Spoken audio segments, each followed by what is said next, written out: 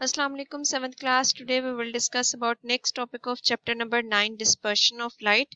और next topic is rainbow formation. Rainbow की formation किस तरह से होती है, किस तरह से रेनबो बनती है, उसके अंदर कौन कौन से प्रोसेसेस इन्वॉल्व होते हैं, ये आज हम डिस्कस करेंगे. And today your diary is learn rainbow formation half. Basically, rainbow formation is a natural demonstration of refraction, dispersion and total internal reflection of light. ये तीनों प्रोसेसेस हम पढ़ चुके हैं. रिफ्रैक्शन एक ऐसा फिनोमेना है जिसमें लाइट रे जब एक मीडियम से दूसरे मीडियम में एंटर होती है तो उसकी डायरेक्शन चेंज हो जाती है. डिस्पर्शन के फिनोमेना में हमने देखा कि लाइट रे जब एक मीडियम से दूसरे में पास होती है या एक चीज से दूसरे में पास करती है तो वो डिस्पर्स हो जाती है, बिखर जाती है. Total internal reflection of light के फिनोमेना को हमने ऑप्टिकल फाइबर्स में बहुत अच्छे से डिस्कस किया कि लाइट रे किसी भी मीडियम में से जब पास कर रही होती है तो वो दूसरे मीडियम के अंदर पास नहीं कर सकती क्योंकि उसका angle of incidence critical angle से ज्यादा होता है और वो रिफ्लेक्ट होती रहती है. This is known as total internal reflection of light. Rainbow formation is basically a natural demonstration of all these processes. इन तमाम तीनों प्रोसेसेस को हम ऑब्जर्व कर सकते हैं रेनबो फॉर्मेशन में. नेचुरल डेमोन्स्ट्रेशन का मतलब ये है कि ये एक नेचुरल फिनोमेना है, कुदरती अमल है. बारिश के बाद अगर सूरज निकल आता है तो उस टाइम पे आप रेनबो को देख सकते हो. Light passes through tiny raindrops suspended after rainfall and a rainbow may appear. Rainbow किस तरह से अपीयर होगी? जब भी लाइट पास होगी टाइनी रेन ड्रॉप्स में से. जब बारिश होती है तो कुछ कतरे बारिश के हवा में रह जाते हैं और जब सूरज निकलता है तो सूरज की किरणें जब इन रेन ड्रॉप्स के ऊपर, इन बारिश के कतरों के ऊपर पड़ती हैं तो उसके रिजल्ट में आपको रेनबो नजर आती है क्योंकि ये रेन ड्रॉप्स टाइनी प्रिज्म के तौर पे एक्ट करते हैं. जिस तरह से आपने प्रिज्म के केस में देखा कि प्रिज्म में से जब व्हाइट लाइट पास होती है तो वो अपने कंपोनेंट कलर्स में डिस्पर्स हो जाती है, स्प्लिट हो जाती है और 7 कलर्स आप ऑब्जर्व करते हो, रेड से लेकर वायलेट तक. इसी तरह से रेन ड्रॉप्स भी सस्पेंडेड होते हैं एटमॉस्फेयर के अंदर. वो जमीन पर नहीं आते, हमारा जो ऊपर इर्द गिर्द जो हवा होती है उसी के अंदर वो मौजूद होते हैं. जब उनके अंदर से लाइट रे पास होती है तो वो लाइट रे रिफ्लेक्ट हो जाएगी, रिफ्रैक्ट हो जाएगी, डिस्पर्स हो जाएगी या टोटल इंटरनल रिफ्लेक्शन का फिनोमेना होगा और उसके रिजल्ट में आप देख सकते हो कि रेनबो अपीयर होती है. तो ये rain drops basically tiny prism के तौर पे एक्ट करते हैं.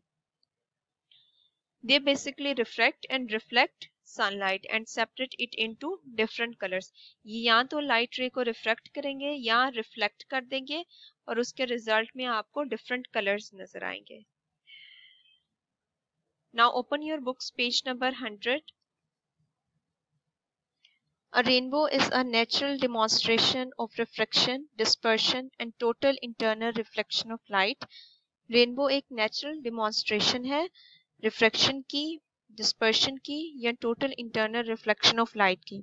When white light of the sun passes through tiny raindrops suspended after rainfall, जब white light sun की पास होती है tiny raindrops में से जो कि हवा में मौजूद होते हैं तो रेनबो अपीयर होती है. बारिश बहुत दफा होती है लेकिन हमेशा रेनबो नजर क्यों नहीं आती? क्योंकि फौरन से सूरज नहीं निकलता. जब बारिश के होने के बाद फौरन से सूरज निकल आएगा तो सूरज की किरणें उन रेन ड्रॉप्स के ऊपर पड़ेंगी तो उसके रिजल्ट में आप रेनबो देख सकते हो. ऐसा नहीं होगा कि हमेशा जब बारिश होगी तो उसके बाद आपको रेनबो नजर आएगी. जब बारिश के बाद फौरन से सूरज निकल आएगा तो ये सूरज की किरणें उन टाइनी सस्पेंडेड रेन ड्रॉप्स के ऊपर पड़ेंगी तो उसके रिजल्ट में आप रेनबो देख सकते हो. Rain drops in the air act like tiny prism. Rain drops tiny prism के तौर पे एक्ट करती हैं. जैसे आप इस डायग्राम में देख सकते हो, दिस इज रेन ड्रॉप. ये रेन ड्रॉप टाइनी प्रिज्म के तौर पे एक्ट कर रहा है. Light from the sun when passes into this rain drop, जब इस रेन ड्रॉप में पास करेगी तो वो रिफ्लेक्ट हो जाएगी और आप देख सकते हो डिफरेंट कलर्स आपको शो हो रहे हैं.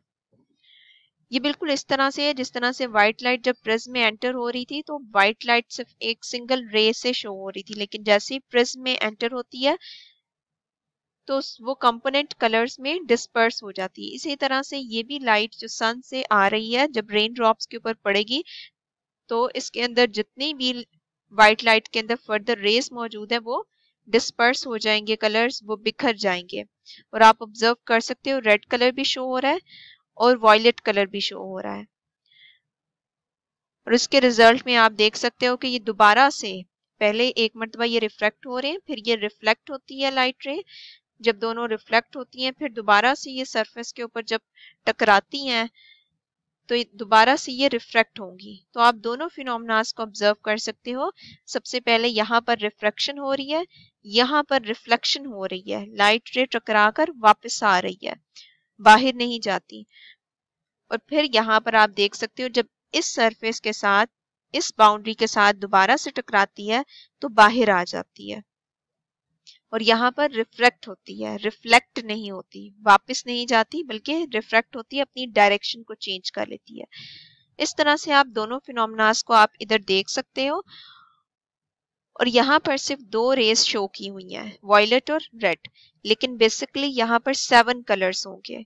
जिस तरह से यहाँ पर रेड रे शो हो रही है इसी तरह से मजीद येलो, ऑरेंज, वॉयलेट, इंडिगो, बाकी तमाम की तमाम रेज भी अपीयर होंगी और इस तरह से आपको रेनबो नजर आती है।